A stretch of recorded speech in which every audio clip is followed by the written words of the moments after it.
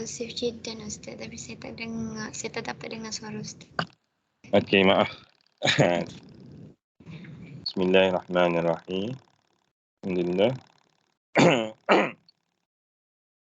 Jadi kalau ada beberapa masalah teknikal, boleh terus interrupt khususnya dari segi suara lah.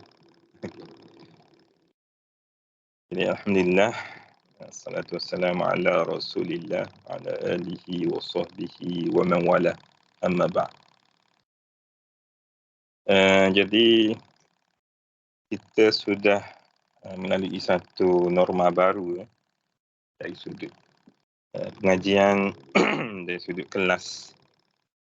Mungkin ada manfaat yang kita boleh manfaatkan daripada situasi ini.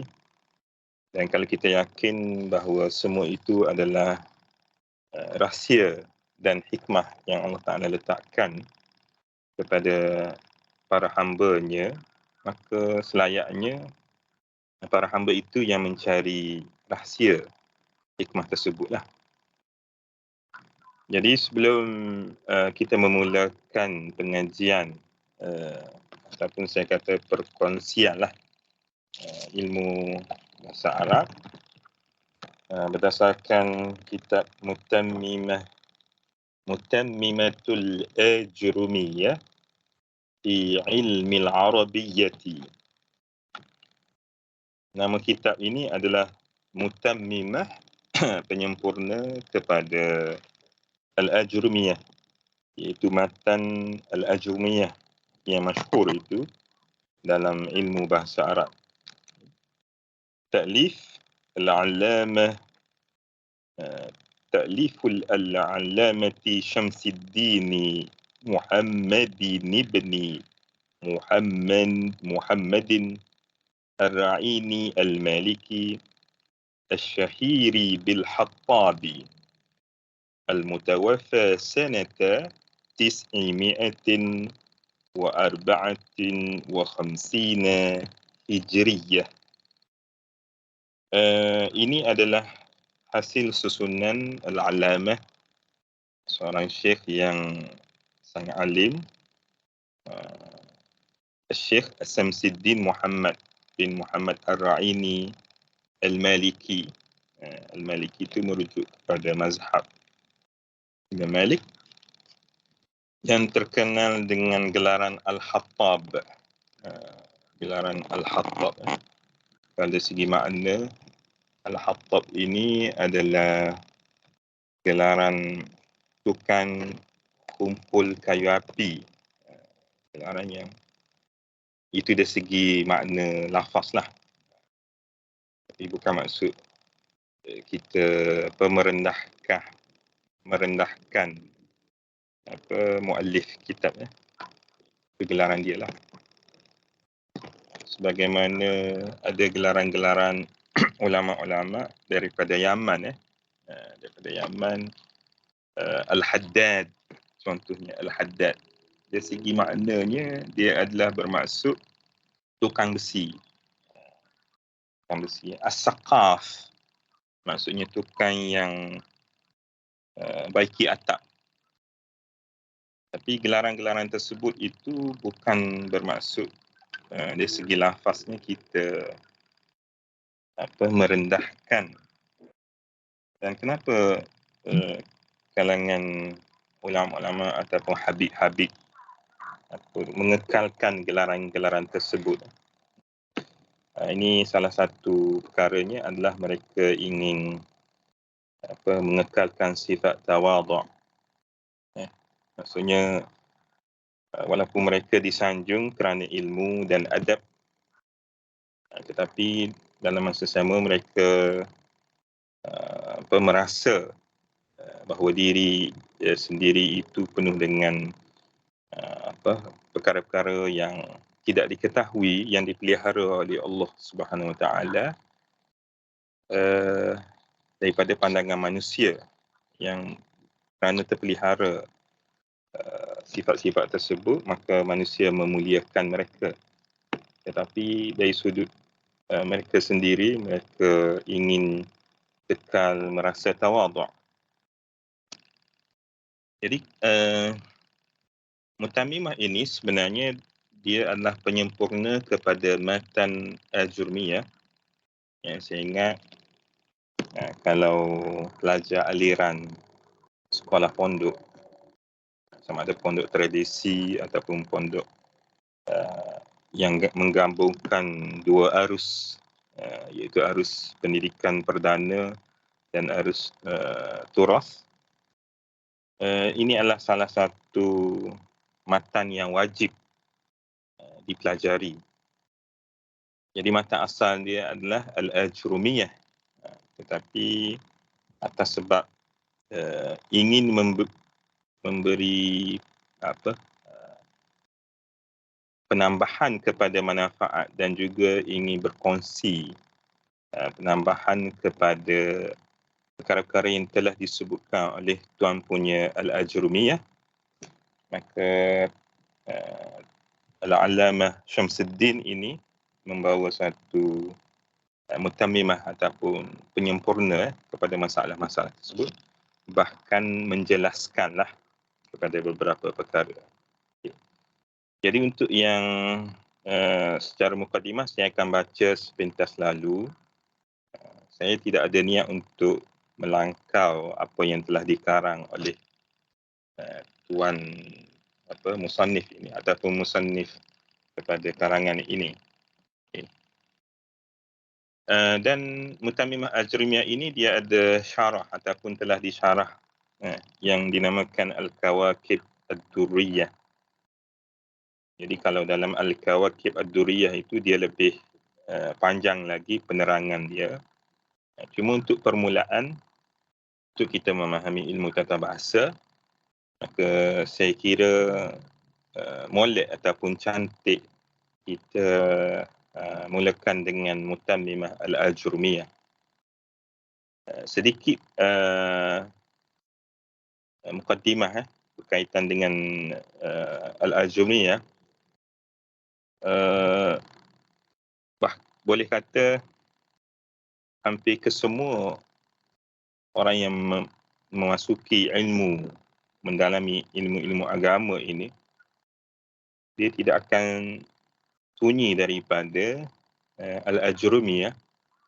Yang al-ajrumiyah ini mungkin salah satu perkara yang menggambarkan keikhlasan tuan asal al-ajrumiyah.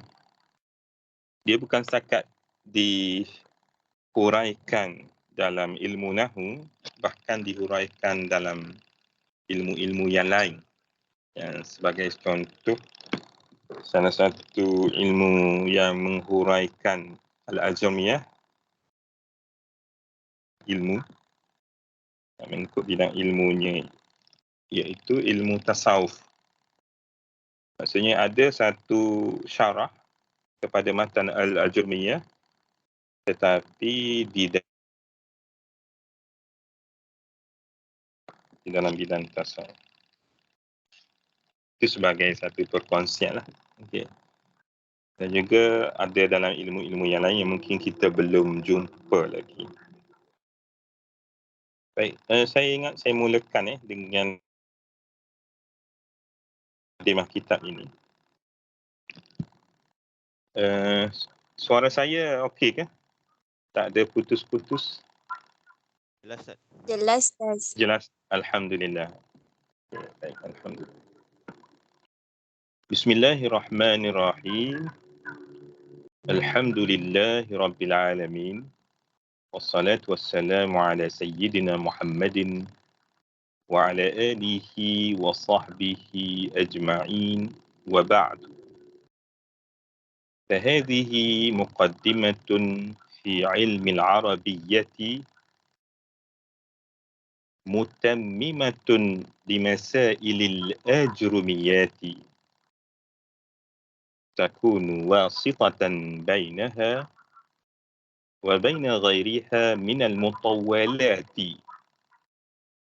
نفع الله تعالى بها كما نفع بأصلها في الحياة وبعد الممات إنه قريب mujibud da'wati.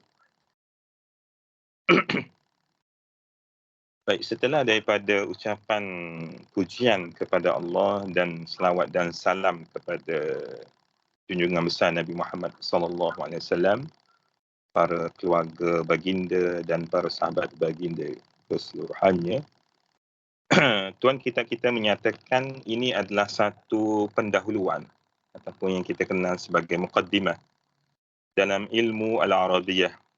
Ilmu Arabiyah ini yang dimaksudkan ini adalah ataupun tata bahasa Arab yang menyempurnakan kepada permasalahan ajrumiyah ataupun matan ajrumiyah. Jadi matan ajrumiyah tu dia ada yang lebih ringkas lagi yang kita sebut al-kalamu wal lafzul murakkabul mufidul wad'i ila akhir. Okay. Supaya ia menjadi perantaraan di antara al-ajrumiyah ataupun di antara permasalahan-permasalahan yang disebutkan dalam ajrumiyah dan selainnya dari kitab-kitab yang lebih besar lah. Mutawalat ini maksudnya dia adalah kitab yang telah disyarah ataupun hasyiah. Maksudnya penghuraian dia lebih luas daripada kitab matan asal. Okay. Moga-moga Allah Ta'ala memberi manfaat dengan mutammimah ini sebagaimana Allah telah memberi manfaat dengan asal mutammimah, iaitu matan ajrumiyah. Jadi saya harap apabila kita baca kitab mutammimah al-jumriyah ini, kita kena tahu bahawa mutammimah ni bukan ajrumiyah. Ajrumiyah dia matan, dia ada satu matan. Maksudnya dia ada matan al-jurumiyah. Kemudian selepas daripada matan al-jurumiyah mengikut aliran Syekh ini ada mutammimah. Kemudian selepas tu dia ada syarah lagi dan seumpamanya lah. Dan al-jurumiyah ini oleh sebab besar manfaat, maka dia telah disyarah bukan oleh seorang pengarang ataupun seorang ulama, bahkan oleh beberapa orang pengarang. Ada yang mensyarahkan al-ajrumiyah dan menamakan dia dengan syarah mukhtasar jiddan. Ini mungkin kalau pelajar pondok dia pernah dengar kitab mukhtasar. Syarah mukhtasar jiddan itu syarah kepada amatan asal al-ajrumiyah dan yang lainnya lah. Jadi manfaat itu dengan asalnya pada hidup di dunia dan selepas daripada mati ataupun alam selepas daripada seorang itu dimatikan ataupun berpindah ke alam akhirat. Sesungguhnya Allah Ta'ala itu qarib, maha hampir, mujibud da'awat, yang memperkenankan sekalian doa-doa. Allahumma amin. Jadi kita harapkan dengan keberkatan Ramadan yang kita mulakan kitab ini, manfaat dia akan berterusan bahkan berlipat kali ganda sebagaimana berkat Ramadan Dan susunan dalam apa yang mungkin ada di hadapan anda semua kitab ini. Ini adalah supaya lebih kita mengetahuilah tajuk-tajuk. Maka dia disusun mengikut tajuk lah. Yang pertamanya adalah Al-kalamu wa ma yata'allafu minhu. Al-kalam ataupun yang kita sebut dalam bahasa Melayu mungkin maksud percakapan. Jadi percakapan tu sama ada secara komunikasi langsung ataupun dia secara komunikasi bertulis, verbal dan inverbal ataupun non-verbal. Dan apa yang tersusun daripada al-kalam. Maksudnya kita ingin belajar apakah struktur kalam itu ataupun percakapan itu, ataupun ayat. Maka diberikan takrif al-kalamu huwa al-lafzul murakkabul mufidu bil wad'i. Ini adalah matan asal yang disebut dalam al-Ajurumiyah. Kalam itu adalah al-lafzu, lafaz, al-murakkabu, yang berbentuk rangkai kata, al-mufidu, yang memberi faham, bil wad'i. Okay, bil wad'i ini dia ada satu maksudnya adalah dengan sengaja ataupun dengan niat. Satu lagi bil wad'i dengan maksud dalam bahasa Arab. Ini adalah untuk kita faham apakah maksud ataupun apakah definisi al-kalam itu mengikut nahu bahasa Arab. Wa aqallu ma yata'allafu min ismaini nahwi Zaidun qa'imun. Ataupun kita boleh baca wa aqallu ma yata'allafu min ismaini nahwu Zaidun qa'imun.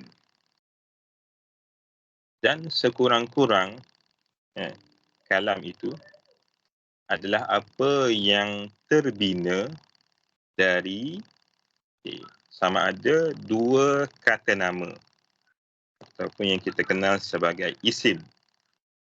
Baik, contoh yang dikatakan kalam, al-kalam, dan dia terbina ataupun terdiri dari dua perkataan adalah Zaidun qa'imun. Atau min fi'lin wasmin nahwu qama Zaidun. Ataupun dari satu kata kerja dan satu kata nama.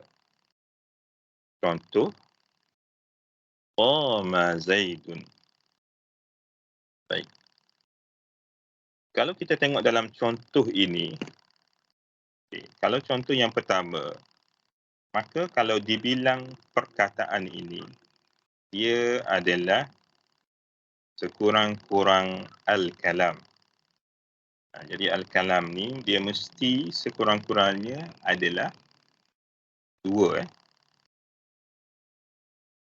Dan di sini contoh dianya adalah Zaidun qa'imun. Zaid itu berdiri ataupun sedang berdiri. Jadi Zaid ini adalah kata nama dan qa'imun adalah baik juga kata nama dari segi kategori lafaz ataupun kategori perkataan ni. Zaid adalah kata nama dan qa'imun juga adalah kata nama. Ataupun sekurang-kurang kalam itu yang terdiri daripada satu kata kerja dan satu kata nama. Contoh seperti qama Zaidun. Baik, kalau terjemah qama Zaidun, Zaid telah berdiri. Baik, saya dari segi terjemahan mungkin ini pandangan saya lah. Kalau terjemahan, contoh kita nak terjemah daripada bahasa Arab ke bahasa Melayu, maka terjemahan kita perlu meraihkan tata bahasa yang kita terjemahkan itu. Maksudnya bahasa kedua. Sebab itulah saya bukan menyatakan ataupun memberi kritikan kepada terjemahan sebahagian kitab-kitab Jawi. Contoh kalau qama Zaidun, dia terjemah telah berdiri oleh Zaid. Jadi ataupun kalau Zaidun qa'imun tu dia terjemah bermula Zaid itu adalah berdiri. setiap penulis dan kalangan ulama silam kita, ulama Nusantara Melayu yang menulis kitab Jawi yang mengajarkan anak bangsa pada zaman tersebut, maka dia memilih satu metod ataupun satu cara yang dirasakan bersesuaian dengan masa ataupun zaman tersebut. Dan juga tujuan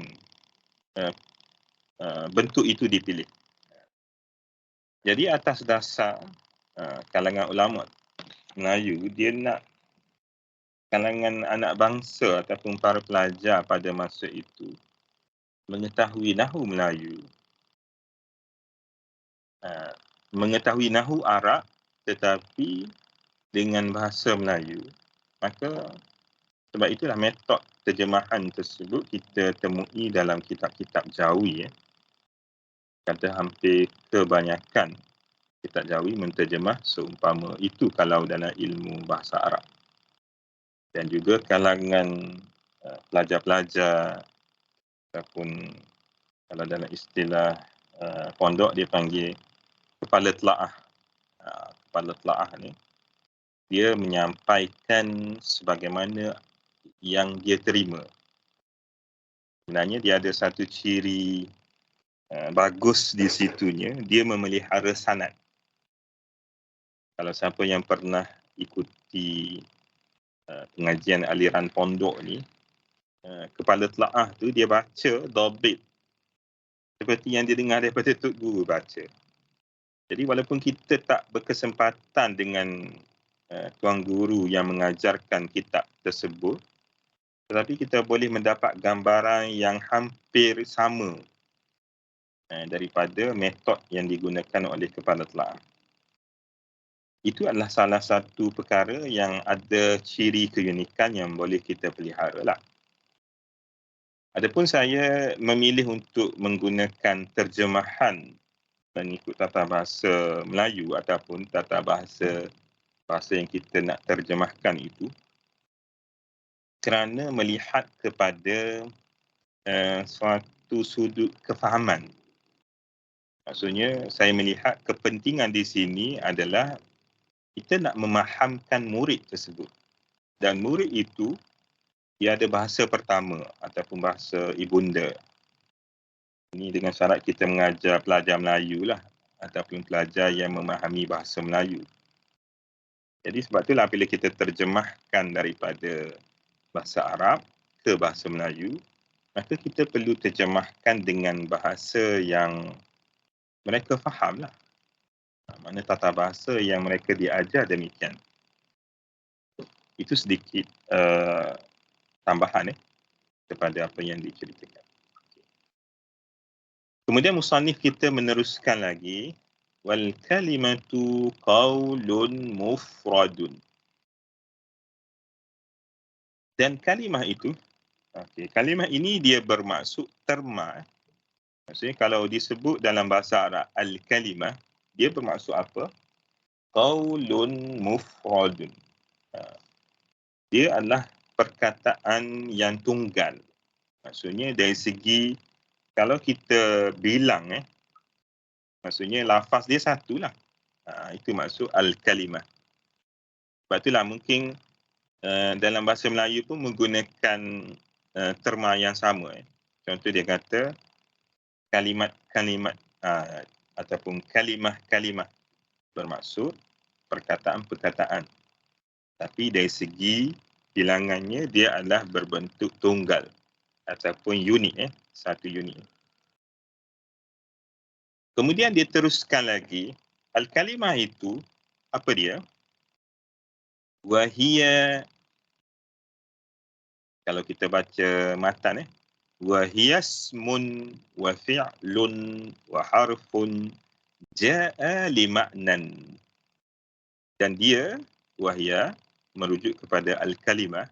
Sebab tu kalau siapa yang ada matan Ajrumiyah, dia boleh tengok oh, ini susunan dalam matan Jadi kalau dalam matan asal kalau kitab-kitab Turas dulu dia memang tulis tu sebaris boleh kata nak cukup muka surat. Jadi kita kena faham zaman tersebut percetakan ataupun kertas dia adalah perkara yang terhad.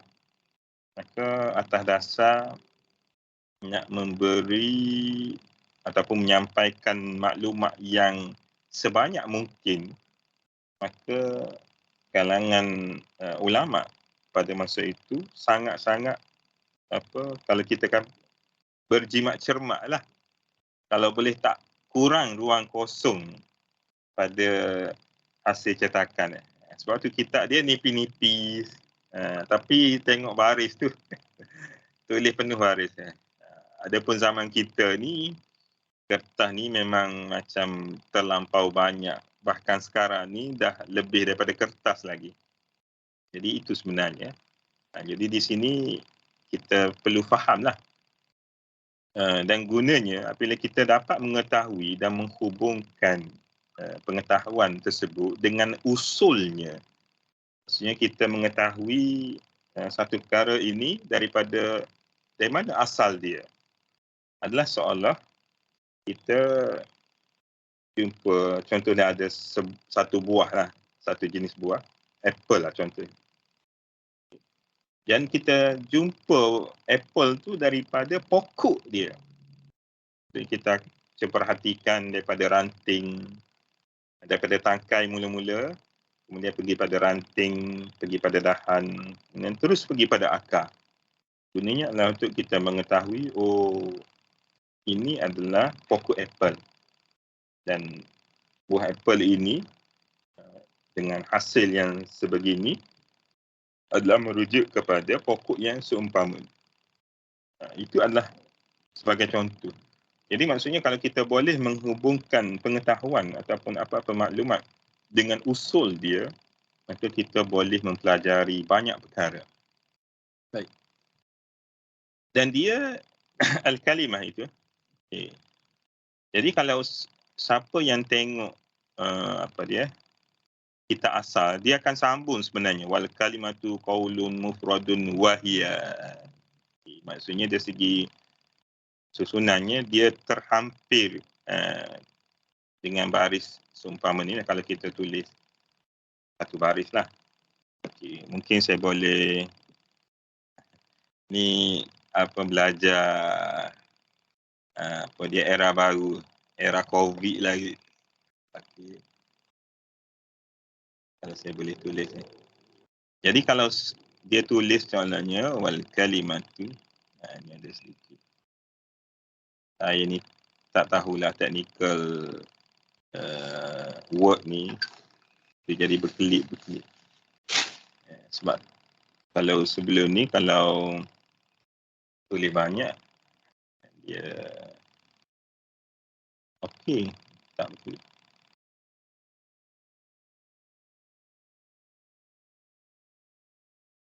Ni macam lakaran zaman awal penulisan. Tak berkelip.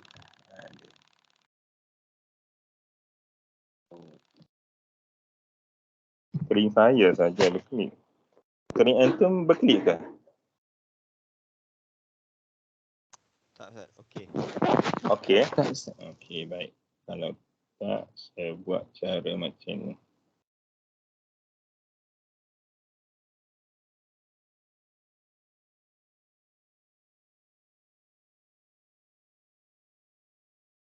Sebenarnya saya nak tulis ni je. Okay. Sekarang ni kita gunakan wahya. Okay. Jadi ini ada satu pengetahuan kebetulan kita jumpa bentuk ni, uslub ni, jadi saya nak cerita teruslah.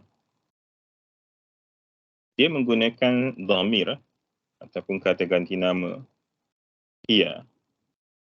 Baik, kaedah dhamir ini, kaedah kata ganti nama dalam bahasa Arab, dia mesti ada tempat kembali ataupun yang disebut sebagai marja'. Marja' dhamir, tempat kembali. Dan dhamir ni dia mesti kembali kepada marja' terhampir. Tempat kembali terhampir yang sesuai baginya. Jadi bukan semua tempat kembali yang bukan semua perkataan yang hampir itu adalah tempat kembali bagi dhamir tersebut, tetapi dia kena yang sesuai. Kalau kita tengok pada hiya ini, hiya ini adalah dari segi bilangannya dia adalah merujuk kepada mufrad. Dan dari segi gender ataupun jantina, muzakkar ataupun muannas, dia adalah muannas. Maka kita mesti kita mesti cari apakah perkataan yang sesuai untuk mufrad muannas. Barulah kita boleh mengetahui maksud, dan apabila kita terjemahkan, kita akan terjemahkan, okey, dan dia ni apa? Jadi kalau kita tak tahu marja' dhamir, kita tak boleh nak kembalikan dia kepada marja' yang sebetulnya, ataupun tempat kembali lafaz yang sebetulnya. Jadi kalau dia adalah mufrad muzakkar, muzakkar, dia kalau dia adalah mufrad muannas, mufrad muannas,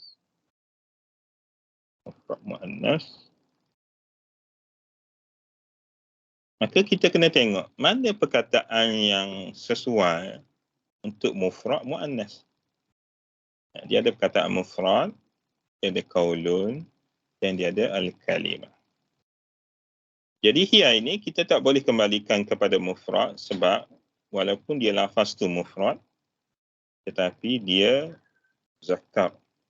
Jadi dia bukan marja' bagi hiya. Sama juga dengan qaulun. Jadi kalau perkataan yang terhampir itu tidak sesuai, maka kita berpindah kepada yang sebelumnya secara langsung. Itu cara kita mengetahui mana marja' dhamir ni. Sama juga dengan qaulun. Qaulun ini dari segi lafaz ialah mufrad. Tetapi dari segi makna dia adalah muzakkar. Maka tak sesuai dengan hiya. Maka kita tengok pada kalimah yang sebelumnya iaitu al-kalimah. Jadi kalau tengok di sini al-kalimah ini dia ada satu tanda iaitu ta' marbutah. Dan ta' marbutah ini adalah tanda taknis. Maka daripada sini kita boleh mengetahui marja' dhamir ini adalah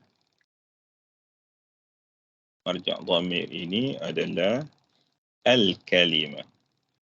Sebab itulah apabila kita menterjemahkan wahya dan ia dan dia, iaitu kalimah itu adalah ismun, kata nama, wa fi'lun, kata kerja, wa harfun ja'a li ma'nan, dan haraf yang datang kerana satu makna. Maksudnya bukan semata-mata haraf, tetapi dia ada makna ataupun dia ada tujuan. Itu adalah kategori isim. Itu adalah kategori kalimah. Ataupun yang kita kata komponen kalimah. Perkataan dalam bahasa Arab. Lalu seterusnya, musannif meneruskan dengan bagaimana dikenal isim. Bila kita tengok satu perkara, dia ada beberapa komponen. Maka bagaimana ataupun apakah ciri-ciri yang membezakan setiap satu komponen dengan yang lainnya. Maka dia mulakan dengan isim. Kerana isim disebut mula-mula ataupun dia disebut terdahulu dari segi tertib. Falismu yu'rafu bil isnadi ilaihi. wabil khafdi wabit tanwini wabidukhulil alifi wal lami wa hurufil khafdi. Ini adalah uslub dalam mutammimah. Kalau uslub asal matan mungkin ada sedikit berbezalah. Fa ammal ismu fa yu'rafu bil khafdi wat tanwini wa dukhulil alifi wal lami wa hurufil khafdi. Lebih kurang gitu. Itu matan asal. Jadi apabila kita baca mutammimah, jadi mutammimah ni dia menambahkan penerangan. Maka dia uraikanlah apa yang mungkin tak disebut, walaupun mungkin dia tak disebut dalam matan asal, tetapi dia panggil dalam satu istilah ma'hud, diketahui. Atas sebab itulah tuan matan asal tidak meletakkannya. Dia ada beberapa sebab lah. Kenapa? Mungkin kalau orang tanya, Ustaz, kenapa dalam matan asal Ajrumiyah tak sebut al-isnad, tapi dalam mutammimah dia sebut? Itulah sebab. Antara sebabnya adalah tuan punya matan asal atas sebab-sebab antaranya perkara yang tak disebutkan itu dia panggil perkara yang memang diketahui secara umum ataupun dia memang ada dalam apa yang disebut. Maksudnya benda tu ada secara tak langsung. Walaupun begitu, itu yang kita kata datang peranan mutammimah ini. Jadi mutammimah ni dia menyempurnakan. Dan ini sebenarnya salah satu cara dan sebenarnya dia menggambarkan adab. Kalau seseorang bawa datang satu benda, idea ke ataupun hasil ciptaan dan seumpamanya, kalau kita dapati ada kekurangan, ada perkara yang boleh ditambah baik, jadi kita terus kepada perkara yang kita nak tambah baik tu. Kita jangan condemn apa yang dia buat. Dia dah buat dah. Maksudnya kita ni hanya sempurnakan ataupun tambah sikit. Sebab tu apabila kita baca mutammimah, kan dia kata nama tu mutammimah, menyempurnakan. Maksudnya matan asal tu cantik, cuma ini nak menambahkan dia punya manfaat lah. Itu maksudnya. Okay. Baik. Kalau kita, mungkin ada setengah pelajar ni, dia macam penakkulan dia ni, dia macam lebih suka matematik. Maka apa yang dibawa oleh ataupun uslub gaya-gaya yang dibawa oleh mutammimah ini bersesuaian oleh bilang apakah tanda-tanda isim. Jadi tanda-tanda isim ni kita boleh bilang daripada apa yang disebut di sini. Iaitu yang pertama al-isnadu ilaihi, al-khafd, at-tanwin, iaitu dukhulul alif wal lam dan huruf al-khafd. Jadi kalau kita bilang ni ada 5 tanda isim. Dan mungkin nanti kalau anda semua nak ingat anda boleh buat peta minda. Maksudnya isim, apa alamat dia. Jadi buat dalam bentuk peta minda, ada 5 dan sebagainya. Sebenarnya cara kita belajar, kita boleh pindahkan apabila kita nak mengajar. Sebab tu saya dalam kelas-kelas saya dan mungkin hampir ke semua kelas saya sebut macam ni.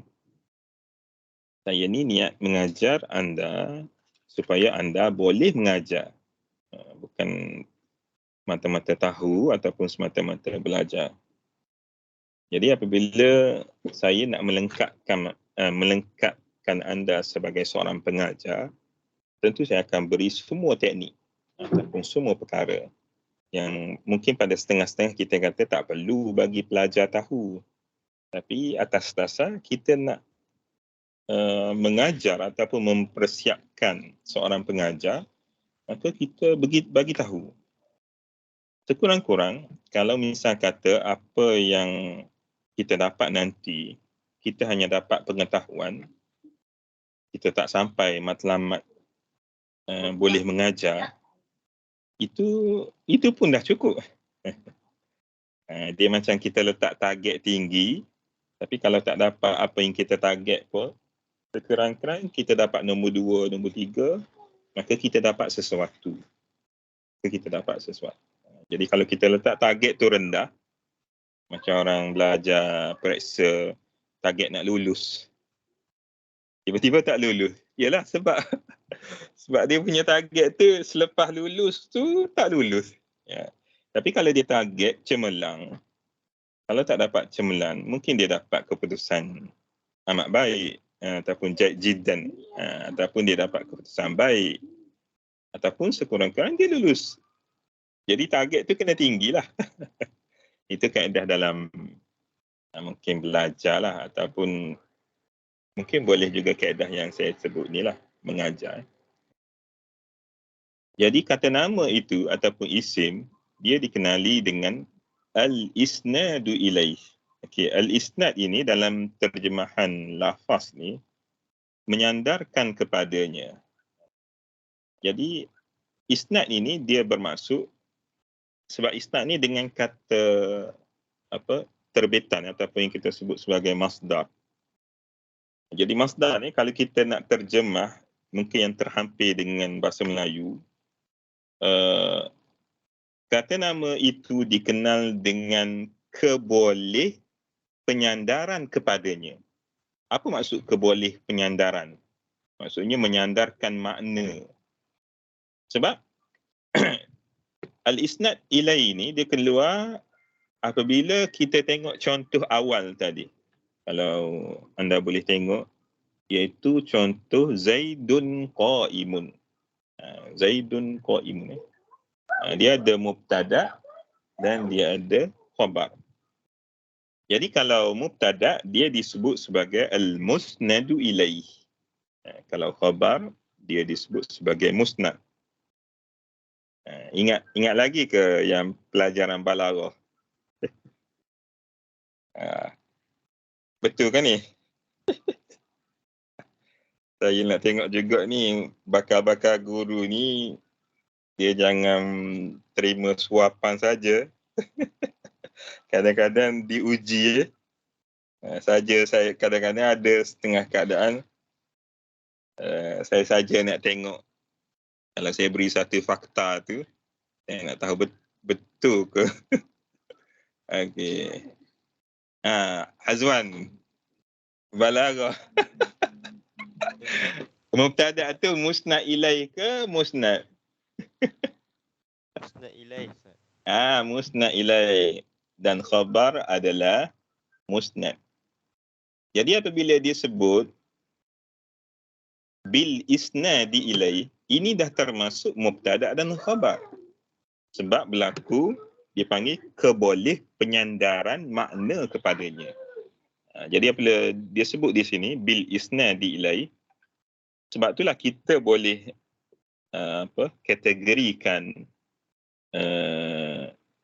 Zaidun dan qa'imun dalam ayat Zaidun qa'imun itu, kedua-duanya adalah isim.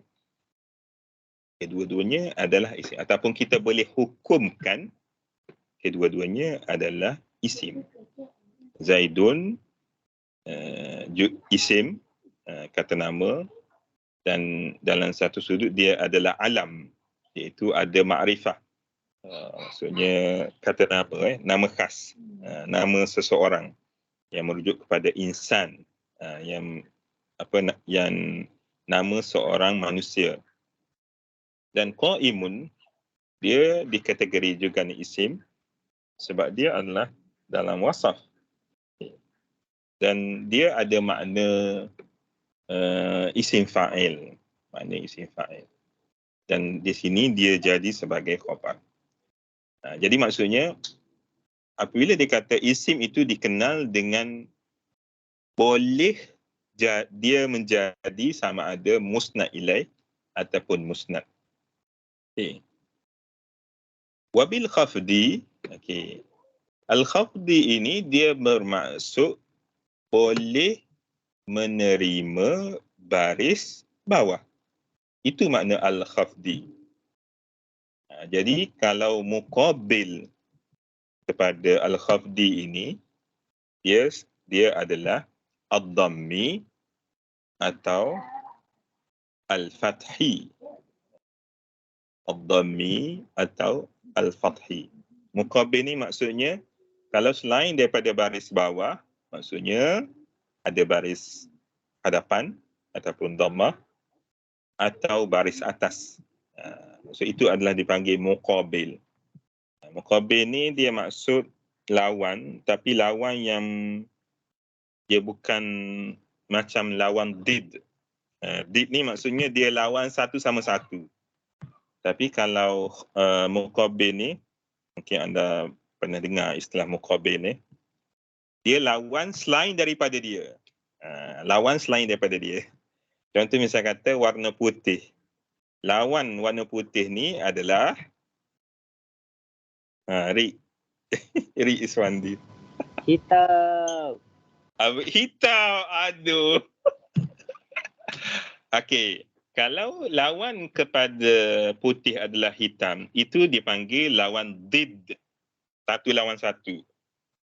Tapi kalau kita melihat putih itu sebagai warna, maka lawan kepada putih adalah selain warna putih. Orange pun lawan putih. Kuning pun lawan putih. Biru pun lawan putih. Itu maksud selain. Itu dipanggil muqabil. Lawan kepada selain daripada diri dia. Itu dia punya untuk faham istilah muqabil. Wabit tanwin ni dan juga dikenal dengan tanwin. Tanwin ni maksudnya keboleh terimaan isim itu tanwin. Maksudnya kalau lafaz itu boleh menerima tanwin, maka itu tanda dia adalah isim. Ini secara umum walaupun tanwin itu dia ada beberapa jenis yang tu kita tak nak masukkan lagi. Cuma kita nak tahu secara umum isim ni mesti dikenal dengan salah satu daripada ciri-ciri yang disebutkan dalam ni lah. Wa bidukhulil alif wal lam, dan keboleh terimaan dia alif. Maksudnya dia boleh terima alif lam. Dia boleh terima alif lam. Dia ada alif lam, tak ada alif lam, itu nombor dua. Tapi dia boleh terima. Contoh lafaz Zaidun sendiri.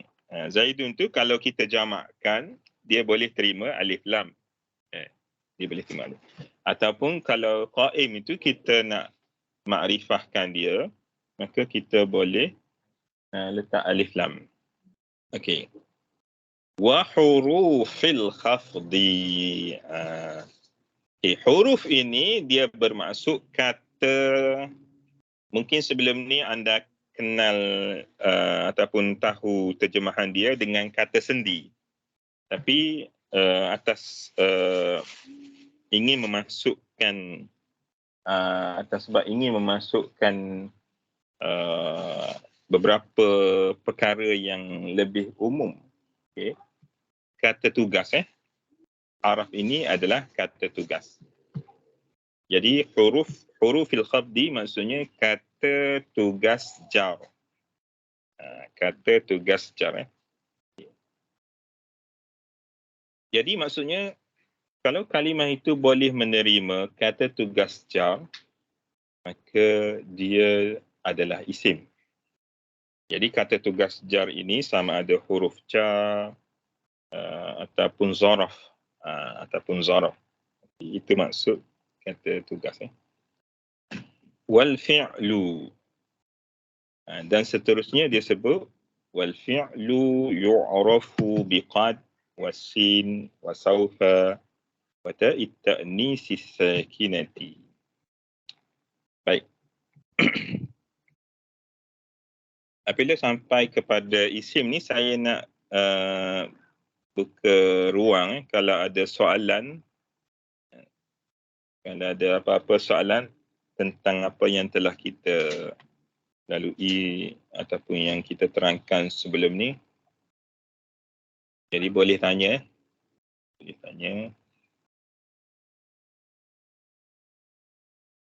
Terus buka mic lah kalau nak tanya.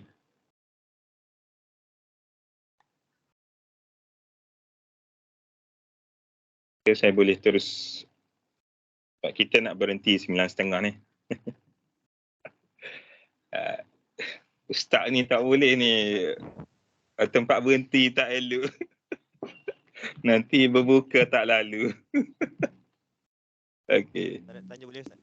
Sila. Nak tanya bahagian wahya ismun tu Ustaz. Okey. Dalam Arab situ wahya dengan ismun tu mubtada khabar ke Ustaz? Oh, okey, baik. Wahya ismun. Okey. Hiya lah. Okay. Jadi hiya mubtada dan ismun adalah khabar. Itu soalan betul ke? Ya, betul Ustaz. Okey, baik. Terima kasih atas soalan. Baik.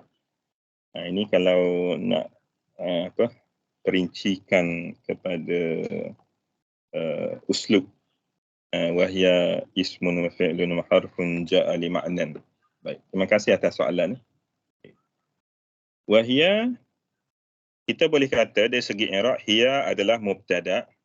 Okey, mubtada. Cuma kita tak boleh kata marfu' di sini sebab dia adalah isim dhamir. Cuma untuk secara ringkas, ia adalah mubtada.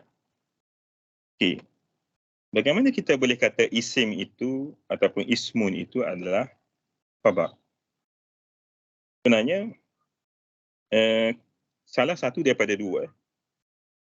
Sama ada ismun ini dia bukan khabar, tetapi dia adalah badal kepada khabar yang dihazafkan. Apa khabar yang dihazafkan? Wahya salasatun.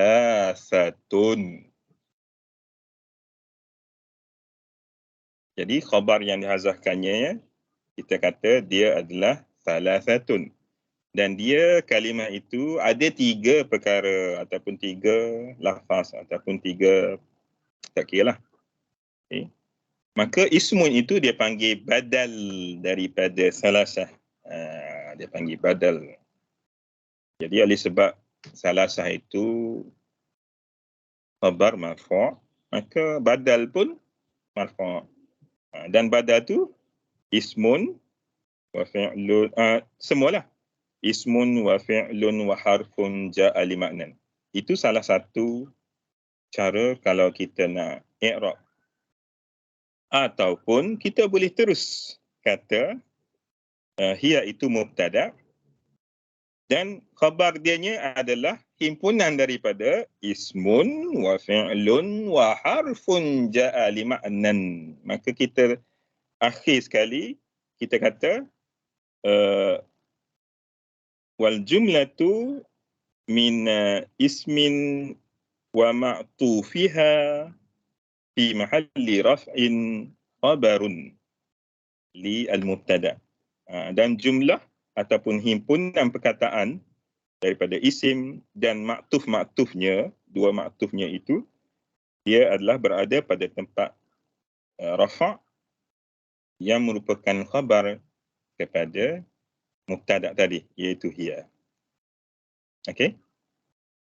Jadi sebab itulah kalau kita tengok di sini, patutlah dari segi lafaz nampak tidak ada mutabakah. Tapi sebenarnya ada mutabakah. Memang mubtada khabar dia mesti mutabakah dari segi muzakkar muannas dan juga dia mesti mutabakah dari segi mufrad, musanna dan jamak. Itu dari segi. Okey? Ada soalan lain? Tak sempat habis juga sampai muka surat 4. Ada. Ada soalan? Tak ada. Betul ke ni jam kita 1 jam 18 minit? Oh, kita masuk. Betul lah rakaman tu 1 jam. Jadi kalau tengok tempat berhenti tu macam dah betul wal fi'lu tu, sebab kalau saya cerita dia akan pergi kepada perbincangan jenis-jenis fi'il yang mungkin tak sempat kita nak habiskan lah dalam 3 minit ni. Okay. Jadi yang tu saya ingat kita kena tangguh dalam sesi kelas akan datang, iaitu pada minggu hadapan ya, hari yang sama, hari dan waktu yang sama, insya-Allah. Jadi kalau ada muskilan lagi atau ada di chat, saya tak tengok chat. Oh, tak ada.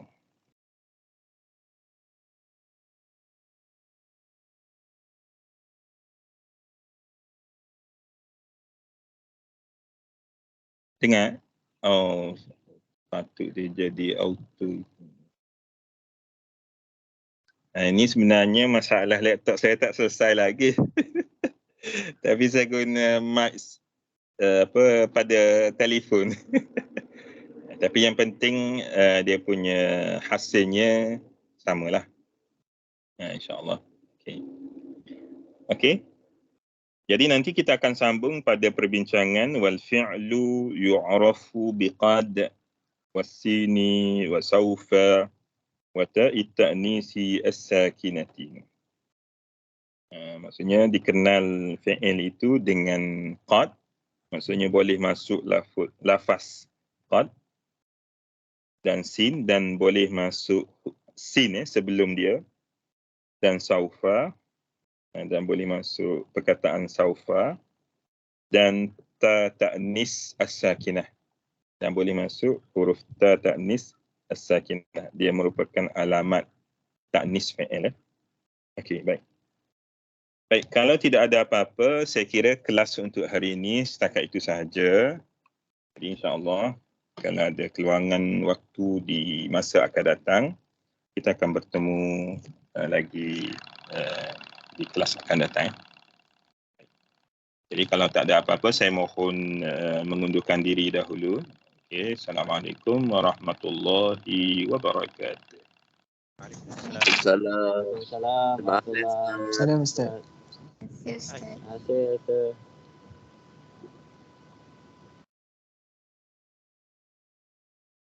Selamat pagi Wan. Pagi.